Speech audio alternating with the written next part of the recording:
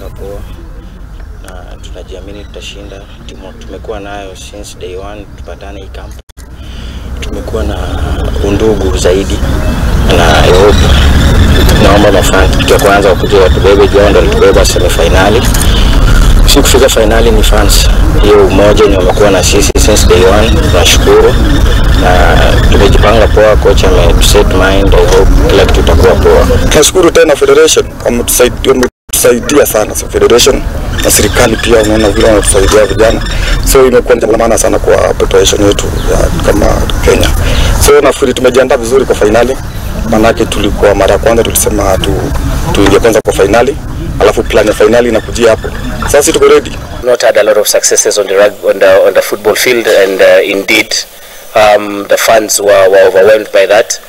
But I think we must be very clear that the pitch of play is out of bounds for all fans and spectators, and that's a directive that we cannot afford to breach at all. It has a lot of consequences from FKF perspective. This country, together with Uganda and Tanzania, will be hosting CHAN next year, and AFCON in 2027. And I think we must show that we have the capacity to be able to do that.